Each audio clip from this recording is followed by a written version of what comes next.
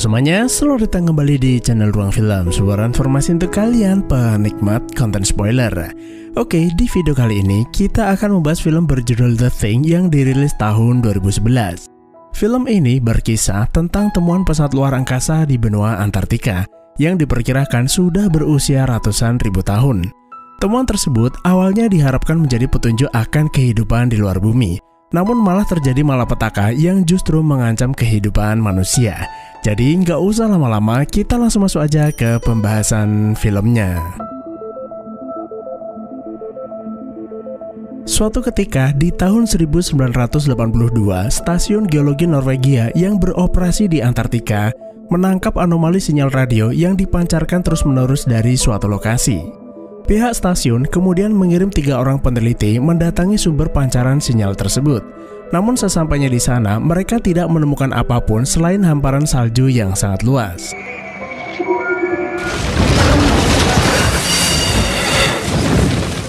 Tiba-tiba, es di atas permukaan retak membuat kendaraan yang mereka tumpangi jatuh ke dalam gua. Yang ternyata, sinyal radio yang mereka cari dipancarkan dari situs peradaban asing yang ada di dalam gua tersebut. Scene kemudian pindah ke seorang mbak-mbak cantik bernama Kate. Kate adalah seorang paleontologi vertebrata, yaitu cabang ilmu yang mempelajari fosil atau bentuk kehidupan yang pernah ada di masa lampau, khususnya studi tentang hewan bertulang belakang yang sudah punah. Hey, do you know who I am? Do you know who I am? I'm Dr. Sander Halvorsen. Hari itu, Kate kedatangan seorang ilmuwan bernama Dr. Sander. Belum lama ini, stasiun penelitian geologi Norwegia di Antartika menemukan situs peradaban asing serta bangkai makhluk aneh membeku di bawah permukaan es. Karena itu, mereka membutuhkan seorang ahli paleontologi untuk meneliti makhluk tersebut, yang mungkin saja akan mengubah cara pandang manusia terhadap alam semesta. Singkat cerita, Sander dan Kate berangkat menuju Antartika. Sampai di stasiun, Dr. Sander langsung membawa Kate pergi menuju situs peradaban asing yang mereka temukan belum lama ini. Situs tersebut ternyata adalah sebuah pesawat luar angkasa yang diperkirakan mendarat di bumi sekitar 100.000 tahun yang lalu. Mereka menemukan tempat ini berdasar sinyal darurat yang dipancarkan dari pesawat, yang ada kemungkinan sinyal tersebut menyala setelah ada organisme asing keluar dari dalam, dan organisme tersebut ditemukan mati membeku di bawah permukaan es. We estimate it's been here approximately 100,000 years. Setelah itu, mereka mendatangi lokasi di mana bangkai organisme asing tersebut terkubur di bawah lapisan es. Besar kemungkinan makhluk itu kehabisan tenaga setelah sekian lama hibernasi di dalam pesawatnya, sebelum akhirnya mati membeku. Sander sebenarnya sudah mempersiapkan tim untuk melakukan penggalian, namun karena sebentar lagi terjadi badai, mereka harus menunda pekerjaan lalu kembali ke stasiun. So we think we can get it out in one piece. Yes. Malam harinya, para peneliti berkumpul untuk membahas rencana penggalian. Selain Sander dan timnya, ternyata ada banyak ahli yang tergabung dalam penelitian ini. Di antaranya ada Peter dan Jonas yang ditugaskan memimpin proses penggalian. Keduanya berencana mengeluarkan organisme itu secepat mungkin lalu disimpan di kotak khusus. Tapi Kate melarang lalu menyarankan agar mereka memotong balok es di sekitar organisme itu agar tetap membeku. Hal tersebut akan menjaga bangkainya tidak rusak selama dikirim ke laboratorium pusat, serta antisipasi adanya penyebaran virus menular. Selain itu, Sander juga minta petugas komunikasi untuk mematikan radio agar tidak ada informasi bocor keluar dari stasiun. We'll never look at them the same again. Esok harinya, setelah penggalian selesai dilakukan, organisme asing itu disimpan di gudang belakang. Namun sebelum diterbangkan ke laboratorium pusat, Sander ingin mengambil sampel sel jaringan yang tentu saja ditentang oleh Kate. Stasiun ini tidak memiliki peralatan yang memadai untuk meneliti organisme tersebut. Kondisinya tidak terduga dan sterilisasi akan menjadi masalah. In the future, don't contradict me in front of those people again. Tapi bagaimanapun juga Sander ini adalah ketua kelompok, dan Kate tidak diperkenankan menyatakan pendapat yang berlawanan dengan keputusannya. Lagi pula, Sander hanya akan mengambil setetes sampel saja untuk melihat struktur jaringan organisme tersebut.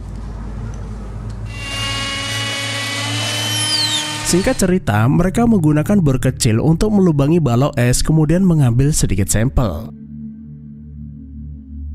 Selesai melakukannya, Sander pun berterima kasih kepada semua tim yang bertugas. Temuan makhluk asing ini tentunya akan mengubah cara pandang dunia terhadap eksistensi kehidupan di luar bumi. Semua yang ada di sini akan tercatat dalam sejarah sebagai manusia pertama yang menemukan alien. Dan karena itu, Sander mempersilahkan semua orang bergembira. Namun, satu hal yang tidak mereka sadari, balok es yang mengurung makhluk asing itu perlahan-lahan mulai mencair, yang disebabkan masuknya udara akibat proses pengambilan sampel sebelumnya. Nah, ketika James hendak ke kamar kecil, ia mendengar si anjing terus menggonggong di kandang. Seakan menyadari ada hal aneh di ruang penyimpanan, James pun memeriksa ruangan tersebut. Namun tiba-tiba alien itu bangkit menjebol balok es lalu kabur keluar. James buru-buru memberitahu semua orang bahwa alien tersebut masih hidup dan menghilang entah kemana. And be careful. Don't know what condition it's in. Sander lantas meminta semua orang membagi dalam kelompok lalu berpencar mencari makhluk itu ke setiap sudut stasiun. Masuk ke kandang, Sander menemukan anjing milik Lars sudah tewas dimangsa alien. Mereka harus segera memperingatkan orang-orang bahwa alien ini adalah makhluk yang berbahaya. Sementara di luar, Hendrik dan Olaf mendengar ada suara di bawah sebuah bangunan. Makhluk itu ternyata bersembunyi di sana. Namun karena kurang waspada, alien itu menyerang Hendrik kemudian memangsanya. Mendengar teriakan Olaf meminta tolong, orang-orang pun berdatangan menembaki alien itu kemudian membakarnya.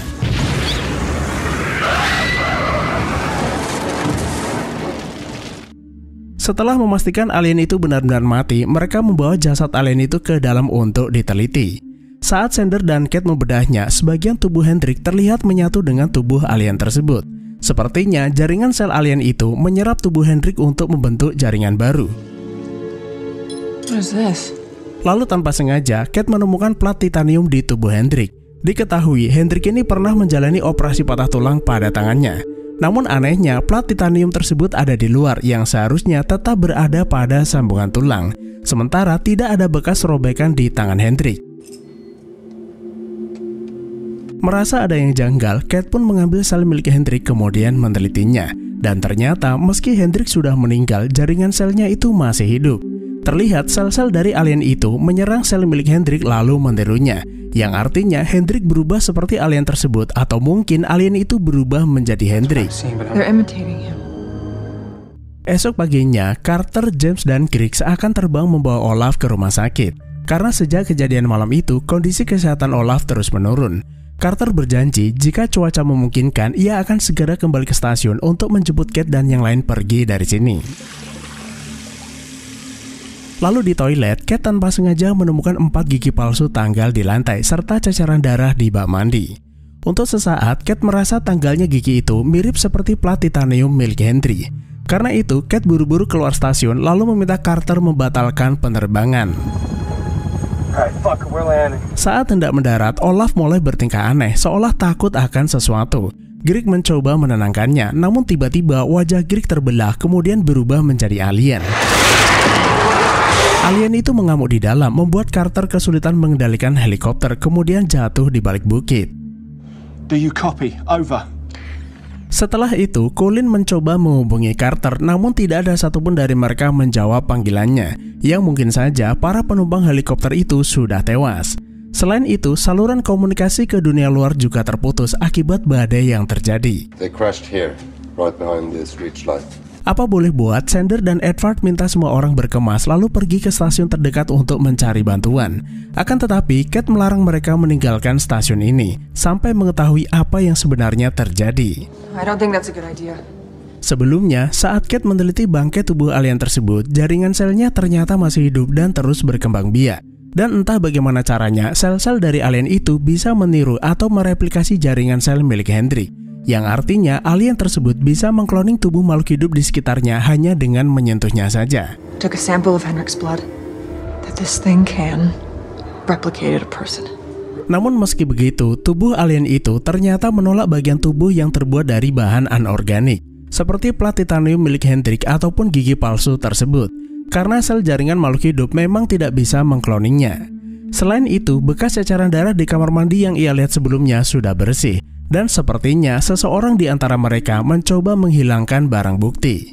Besar kemungkinan alien tersebut diam-diam menyamar menjadi salah satu dari mereka tanpa ada yang mengetahui. Karena itulah mereka harus tetap tinggal di stasiun ini untuk mencegah hal-hal yang tidak diinginkan. Namun sayangnya, Edward dan Sanders tidak menganggap serius perkataannya, lalu meminta semua orang tetap berkemas. Setelah yang lain pada keluar, Yuli memberitahu Kate bahwa setelah kecelakaan helikopter, Yuli sempat melihat Colin keluar dari kamar mandi, memegang handuk bercak darah lalu menyembunyikannya di dalam lemari. Yuli menduga Colin adalah orang yang mereka curigai. Dan untuk memastikannya, Yuli ngajak Kate ke gudang di mana Colin menyembunyikan kunci lemarinya. Tapi ternyata Yuli sengaja menjebak Kate. Yuli berubah menjadi alien lalu menyerangnya. Untungnya Kate berhasil meloloskan diri, namun malang bagi Carl, ia gak sempat kabur dan alien itu membunuhnya.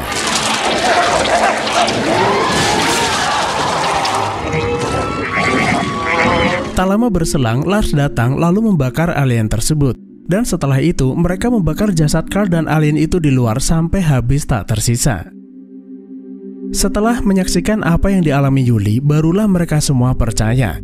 Ada kemungkinan alien itu membunuh Yuli di malam sebelumnya, lalu mengkloning dirinya sambil menunggu kesempatan untuk memangsa yang lainnya. Makhluk alien ini sama seperti virus. Jika mereka memaksa pergi dari tempat ini, sama saja memberi peluang makhluk itu mendapatkan mangsa. Yang harus mereka lakukan adalah mengkarantina makhluk itu lalu membunuhnya. Dan yang berikutnya, setiap orang di stasiun ini wajib diambil sampel darahnya untuk dilakukan uji infeksi, untuk membuktikan apakah dia adalah alien yang menyamar atau bukan. Selain itu, semua kendaraan salju juga harus dinonaktifkan agar tidak seorang pun bisa kabur dari tempat ini. Dan setelah itu, Lars pergi ke gudang untuk mempersiapkan senjata dan granat yang mereka miliki untuk melawan alien jika dibutuhkan. Namun tanpa mereka duga, Carter dan James berhasil selamat dari kecelakaan helikopter dan kembali ke stasiun. Peter curiga mereka adalah alien yang menyamar lalu hendak membakarnya. Tapi Kate melarang, bagaimana jika mereka bukan alien. Jadi sebaiknya mereka dikurung di gudang terlebih dahulu sambil menunggu hasil uji tes darah. Namun sialnya, tiba-tiba terjadi kebakaran di laboratorium. Seseorang sengaja melakukan sabotase agar tidak ketahuan jati dirinya. Tanpa basa-basi, Colin langsung menuduh Adam karena dia adalah orang terakhir yang keluar dari lab. Untungnya, masih ada satu cara lagi untuk membuktikannya. Setiap orang dewasa pasti memiliki tambalan gigi. Alien itu tidak bisa mereplikasi bahan anorganik dan pasti akan memuntahkannya. Jika salah satu dari mereka giginya itu masih utuh, dia patut dicurigai.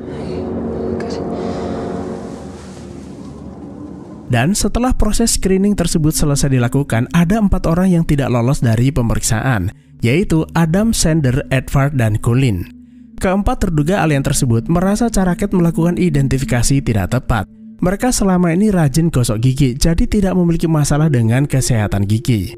Tapi Kate nggak peduli, lalu meminta Jonah dan Lars mengeluarkan James dan Carter untuk diperiksa.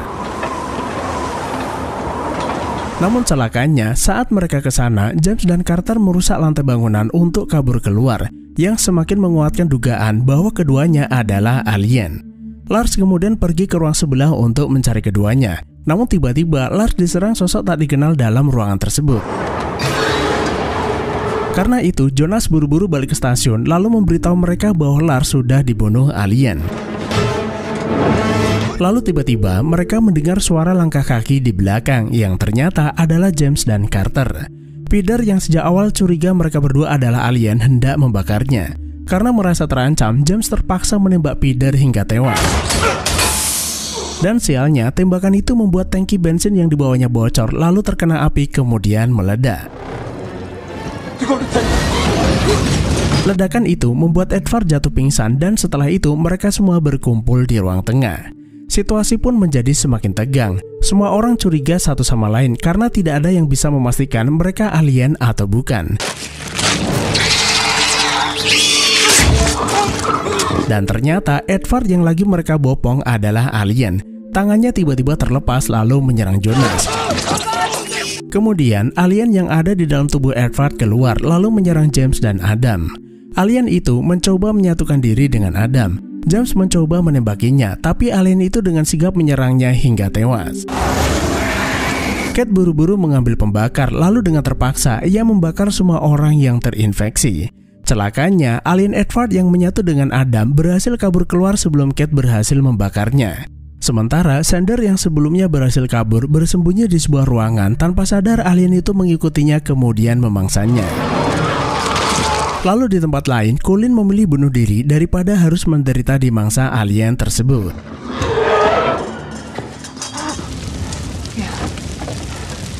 Setelah itu, Kate dan Carter bersama-sama berburu alien. Lalu di perpustakaan, alien itu menyerang Carter hingga membuatnya terpojok di dapur.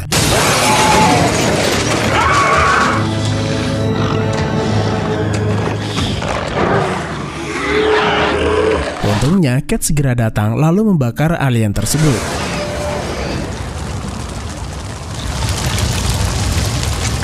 Nah, usai membakarnya, Kate dan Carter melihat Sander pergi menggunakan kendaraan salju.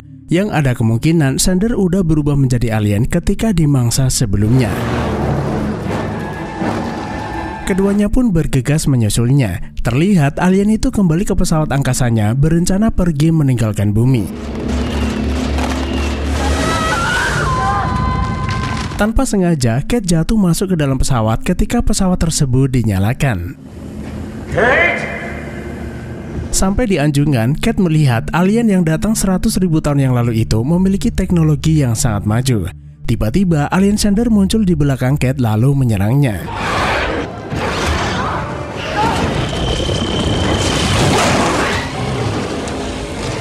Sesaat sebelum alien itu menangkapnya, Kate melempar granat yang ia bawa ke arah alien Sander.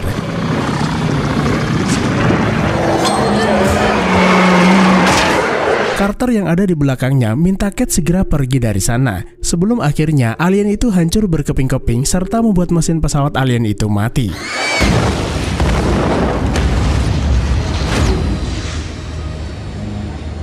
Setelah itu, Kate dan Carter berencana pergi ke stasiun Rusia yang berjarak 50 mil dari sini. Namun saat hendak naik kendaraan, Kate melihat Carter tidak lagi menggunakan anting seperti sebelumnya. Hal itu membuat Kate curiga Carter sudah terinfeksi. Tanpa pikir panjang, Kate langsung membakar Carter yang berubah menjadi alien.